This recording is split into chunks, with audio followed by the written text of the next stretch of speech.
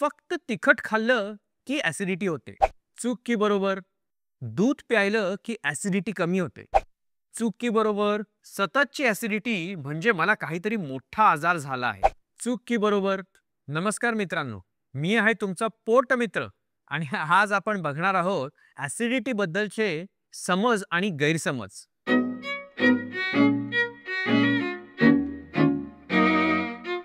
आजचा एपिसोड खासच आहे कारण आज मी बोलणार आहे आणि मी जे काही प्रश्न विचारणार आहे ना त्याची तुम्ही तुमच्या मनातल्या मनात उत्तरं द्या. मग मी सांगेन शेवटी तुम्ही बरोबर का चुकला.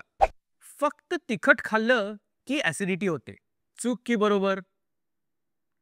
खरं म्हणजे तिखट म्हणजे ऍसिडिटी हे गणित पूर्णपणे खरं नाही. खरंच विश्वास नका ठेवू.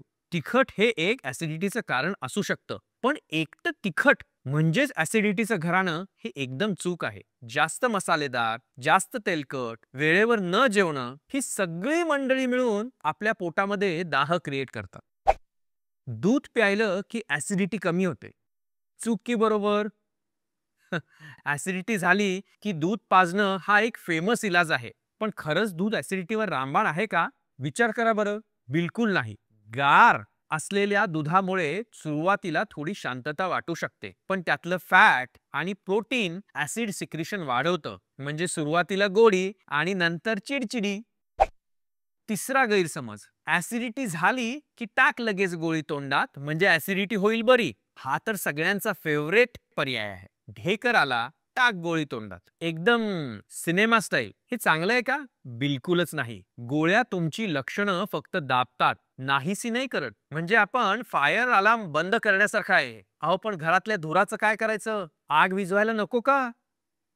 चौथा गैरसमज, सततची ऍसिडिटी म्हणजे मला काहीतरी मोठा आजार झाला आहे. थोडा हा प्रश्न गंभीर आहे बरं का. माझी ऍसिडिटी वारंवार होते आहे म्हणजे काही मोठा प्रॉब्लेम आहे का? प्रत्येक वेळेला नाही. कधी कधी असेल, कधी कधी नसेल. नेमकी ऍसिडिटीची कारणं का होती आहे हे समजून घेतलं आणि त्याच्या तपासण्या केल्या तर आपल्याला समजू शकेल की ऍसिडिटी गंभीर आहे का नाही. ऍसिडिटी मध्ये रात्री झोपेत त्रास होतोय का, त्याच्यासोबत वजन कमी झालं आहे का, उलट्या होत आहेत का, ह्यावरून ही गंभीरता आपल्याला समजू शकते. मित्रांनो, गुगल नाही, गॉगल घाला आणि डॉक्टरांकडे जा. मग काय शिकलात आज? ऐकून ऐकून हे पचवलत ना तर ऍसिडिटी नक्की होणार नाही. पटतंय का?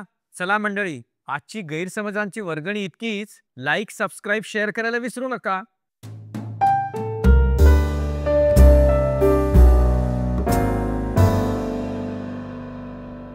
आजचा व्हिडिओ पाहिल्याबद्दल धन्यवाद. तुमच्याकडे काही प्रश्न असतील तर कमेंटमध्ये नक्की विचारा. तुम्हाला हा व्हिडिओ आवडला असेल, उपयोगी वाटला असेल तर नक्की लाईक करा, शेअर करा आणि सबस्क्राईब करा.